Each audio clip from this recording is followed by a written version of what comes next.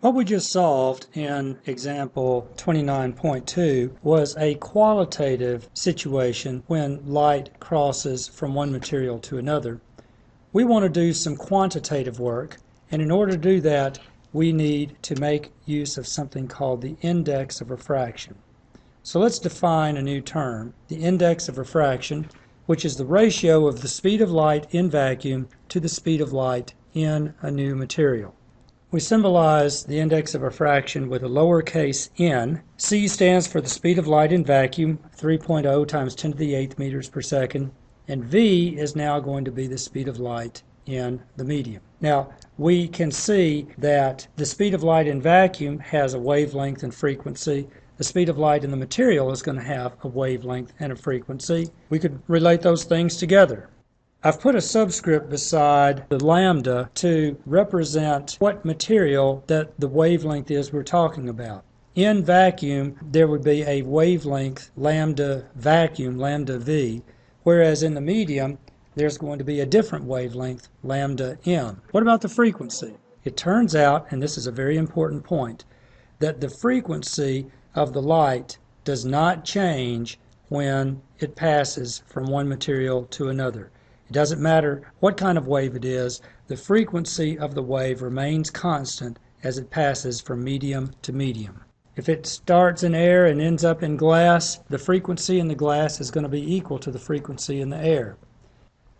Let's look again at our drawing of the wave as it encounters a boundary, an incident, reflected, and transmitted wave. So in this diagram, we see that there is an incident ray and a transmitted ray, and instead of talking about air and glass, we're talking about medium 1 and medium 2. So I'm calling the angle of incidence theta 1 and the angle of refraction, or the angle of transmission, theta 2. It turns out that there is a relationship between those, and that relationship is known as the law of refraction, sometimes known as Snell's law, S-N-E-L-L, Snell's law. Snell's law says that N1 times the sine of theta 1 is equal to N2 times the sine of theta 2. That's going to be a very important law for us when we solve problems involving indices of refraction and the behavior of especially light waves as they encounter boundaries. In your textbook, you're going to see that there's a table given that shows you various speeds and indices of refraction for light in various materials. In this table of indices of refraction, there are several important ones that I want to point out. Vacuum is 1.00. The speed of light in vacuum divided by the speed of light in the material, if it's vacuum, is going to be 1. For all practical purposes, air has the same index of refraction as vacuum does. That's an important one to know, and for our purposes, the index of refraction of air is going to be 1. Water is another good one to know, 1.33. Some of these other substances here are not so important for you to remember. But if we go over here and look on the other side, glass, there are several different types of glass that are there. And what I want to point out is that the index of refraction of all these glasses is somewhere between 1.5 and 1.6. And many times you'll see the index of refraction of glass written as 1.5.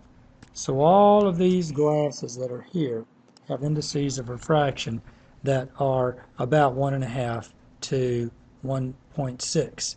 And then diamond is kind of a cute one. It is the most optically dense of the things that are listed in this table. Let's take a look at another example from your textbook. This example is 29.5. Find the angles of refraction theta 2 and theta 3 if light enters glass of index 1.5 from water n equals 1.33 at an angle of 20 degrees as shown in the diagram. I've tried to indicate this diagram. It's fairly large here. I have water that has placed into it a rectangular block of glass.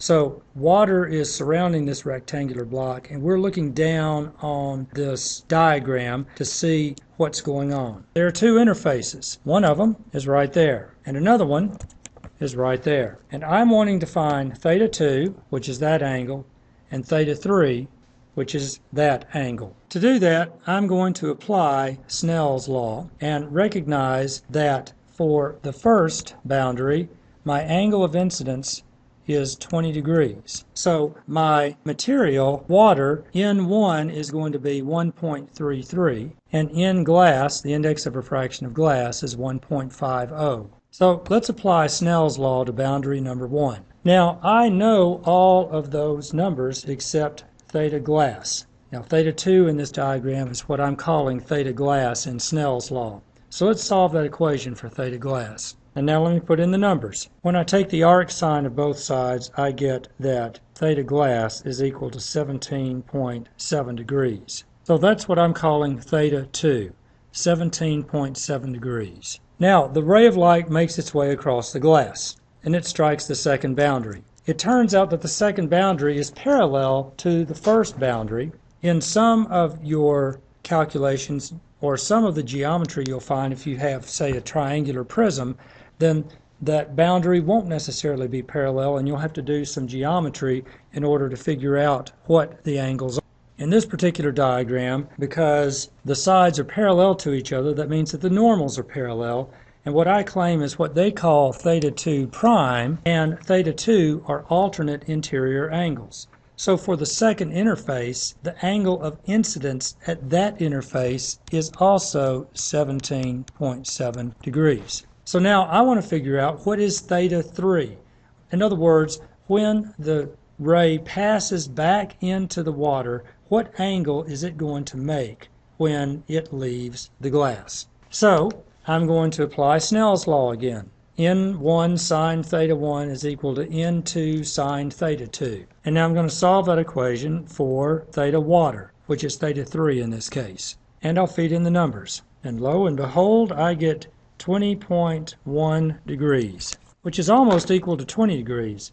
And what I claim is if I had kept all of my decimals from theta glass, the 17.6534 if I'd kept all those decimals, I would have gotten exactly 20 degrees for theta 3. In other words, when I have parallel faces of this prism, the angle that the ray goes in and the angle at which the ray comes out when it passes through the material are going to be equal angles. And what ends up happening is that the ray is just translated a little bit along the face of the prism. We have one more numerical example we want to work. This is example 29.6. And it says, light with a wavelength of 500 nanometers enters diamond from air. Determine the wavelength and the frequency of the light while it's in the diamond.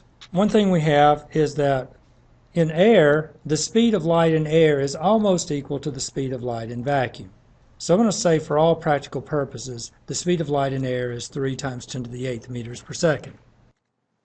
In my textbook, if I look at table 29.1, I see that the index of refraction of diamond is 2.417.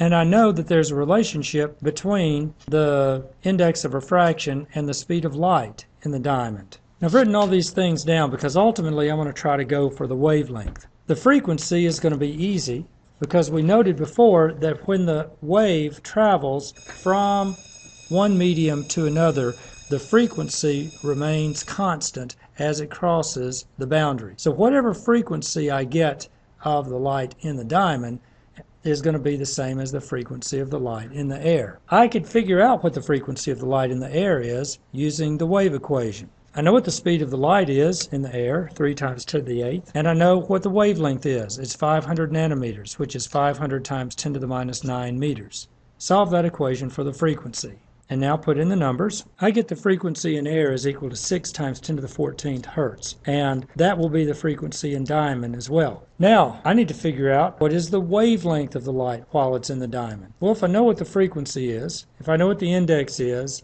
then I can figure out what the speed is. That's actually a number that's also given in table 29.1, but I'm going to solve it in terms of the index of refraction.